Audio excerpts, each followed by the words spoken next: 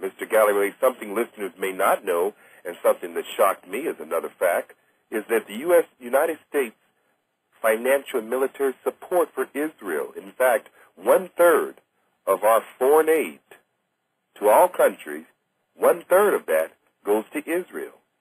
Yes, actually of 5 million people. Why is the United States, could you tell us from your perspective, why the United States has so greatly supported Israel, in fact, turning many guaranteed loans into just mere grants? Well, for the same reason that Britain set Israel up as a settler state in the first place, because it's an outpost of United States interest in a region of immense importance to the United States. When Donald Rumsfeld said in terms that it's not our fault that God put America's oil under other people's countries, he really meant it. And he really meant under the countries of the Arabs and the Venezuelans, for that matter. He thinks that the United States, just as Britain when it was an empire, thought that Britain has the right to occupy other people's countries and steal their things. And that's the purpose of Israel. That's why it was founded. That's why the United States today pays every cent that Israel relies upon, gives them every bullet that they fire, every helicopter gunship from which they fire it, every F-16 from which they dive bomb the refugee camps in Gaza, killing children. Every bullet in the back of a Palestinian child is paid for by the taxpayer of the United States of America. And then the taxpayers wonder why the Arab people hate them. They wonder why the Arab people and the Muslim people hate the West, because they don't understand that all of this suffering has been created by and is paid for Western countries like mine and yours. I oftentimes in the media hear about these claims that the Palestinians are strapping bombs on their children and sending their children into Israel to blow Israelis up. I found no evidence for that proposition, but I did read the Haaretz newspaper that in August 2001, the Haaretz newspaper was talking about that an IDF soldier had shot a child, a Palestinian child, in her heart because the child threw a rock at an IDF tank. Well, the number of Palestinian children who have been murdered in this way is almost uncountable. And since the Intifada began in 1987, the number of Palestinian children killed runs into thousands. And those maimed and disabled for life runs into many thousands more. And the idea that Arab mothers don't weep for their children like other mothers do is, of course, a racist fantasy. It is the same kind of fantasy that black people in the United States once had to endure, that life was cheap for blacks, life was cheap for Arabs and Muslims. Well, insofar as that was ever true, it's true to this extent only, that life of blacks, life of Muslims and Arabs is cheap for us, the Western people. They regard, let me give you an example. Everybody is still mourning, as they should,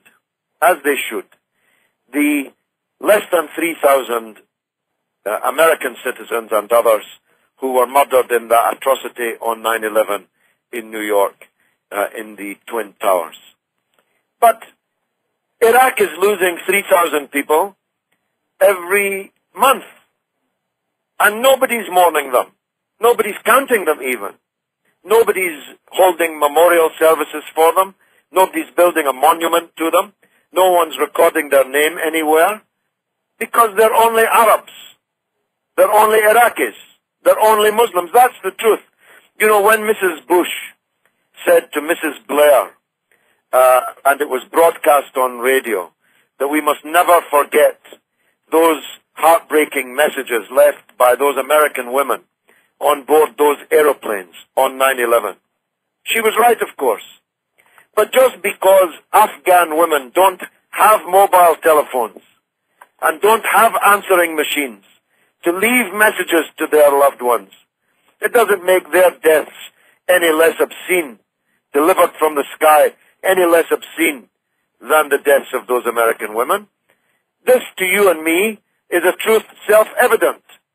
But to the powerful people who rule our countries, it's not self-evident at all.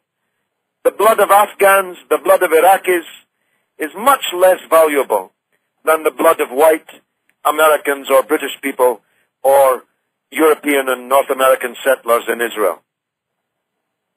Given the current situation in Palestine, how do you think we could help the American people, the listeners?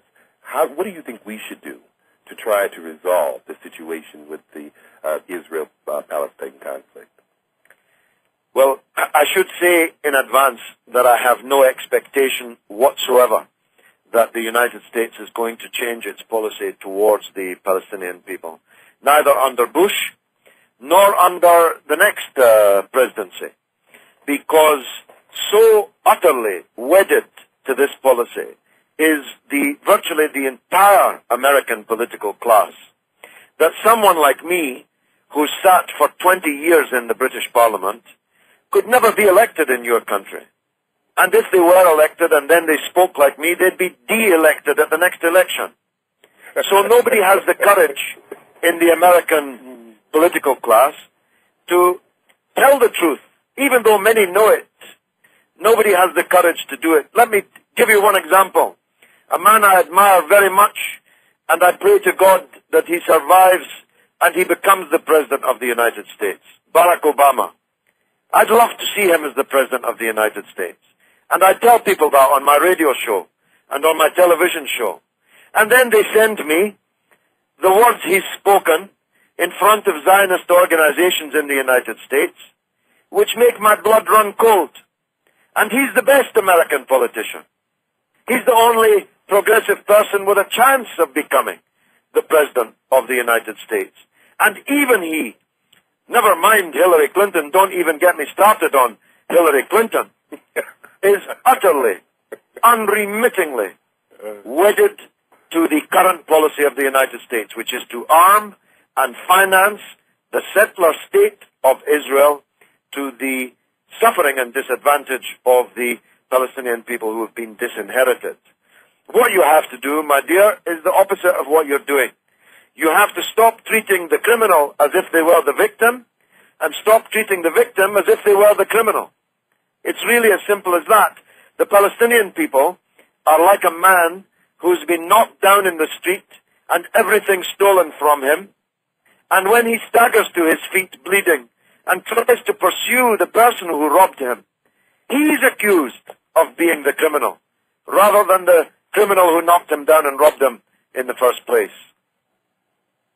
You know, some have claimed that the conflict between Palestine and Israel is an Israeli Holocaust against Palestine and Palestinians. You know, speaking of the Holocaust, you mentioned the issue of anti-Semitic and Semites. And I'd done some research and discovered that many claim that you're anti-Semitic. And I looked at the etymology of Semite and learned that it was a religious connotation, and it refers to Semitic languages, Afro-Asiatic languages, in which Arabic is the largest Afro-Asiatic Semitic language. How can your critics claim that you are anti-Semitic when you clearly do not have animosity toward Semites and particularly Arab people? Well, they do so for the base reason that they really don't have much else left to throw. Because the argument that I'm making here is simply unanswerable. And if one is to imagine that we're going to get stability and peace in the Middle East, one knows that some solution for the Palestinian people is going to have to be